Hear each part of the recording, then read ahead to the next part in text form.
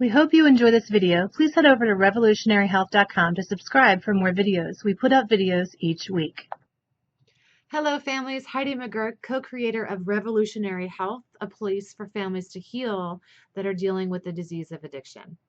And today I want to talk specifically to the wives. However, a lot of you are going to be able to relate to what we're talking about today just because you're experiencing the disease, period. But I want to talk to the wives. There's a common theme that comes up with wives whenever their husbands come out of treatment, and that is the decision to withhold love and withhold affection from your husband.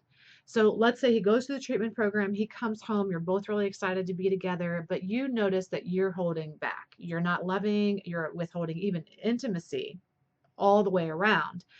I was wondering, as I deal with this with families, why do we do this? And really, I believe there are three reasons that we withhold love and withhold affection from our husbands when they come out. Reason number one is we believe that if we start to give love freely again and we start to even be intimate with them, that all of a sudden they're going to think the slate's wiped clean.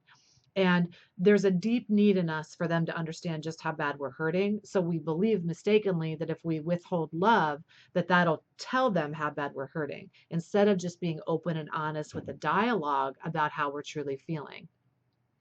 Number two, we withhold love or withhold affection because we want to keep it as like a carrot, as a reward. Well, hey, if you're recovering and you're working a great program, then eventually I will give you the love and give you the affection. And three, we do it as an emotional buffer, meaning if I withhold love and withhold affection from you, then I won't be as hurt just in case you relapse. So those are really the three reasons that we do it.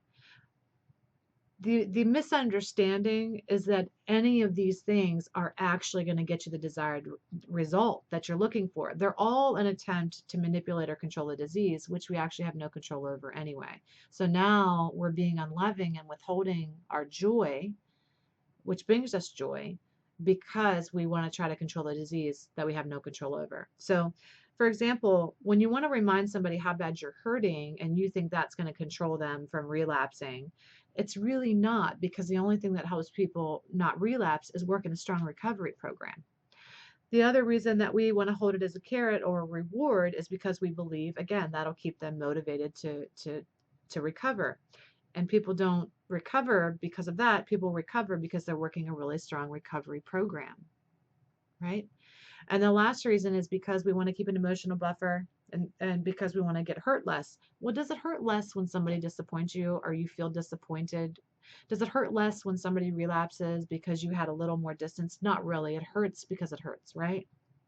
So withholding love and affection isn't a good game plan if you want to enjoy the present moment. When your loved one comes out of treatment, there are absolutely no guarantees of what's going to happen tomorrow. But if you're stuck in the future and withholding love today, you miss it. You miss the opportunity today to connect with your loved one. You miss the opportunity today to love them for exactly where they're at today. So don't miss the opportunity. I implore you that when your loved one comes out of treatment and they're working their recovery and they're in your presence, don't withhold your love, especially if it's something that you're wanting to give. Now, if it's not something you're wanting to give and you need to ease back into it and work your way up to it, then absolutely, look into a coach or a therapist or some kind of relationship counseling where you guys can learn to rekindle. And of course, there's a need for that sometimes, for sure. But in the meantime, now, if you can relate to this, let us know your thoughts. Join us over at revolutionaryhealth.com and talk to us about how maybe you've done that. You withhold love, you withhold affection in an attempt to try to manipulate the disease. And how has that worked for you? Or what's happened when you come to the realization that it's just not worth it? You're missing the present moment when you do that. I look forward to serving you in another video. Until then, take great care. I'll talk to you soon. Bye-bye.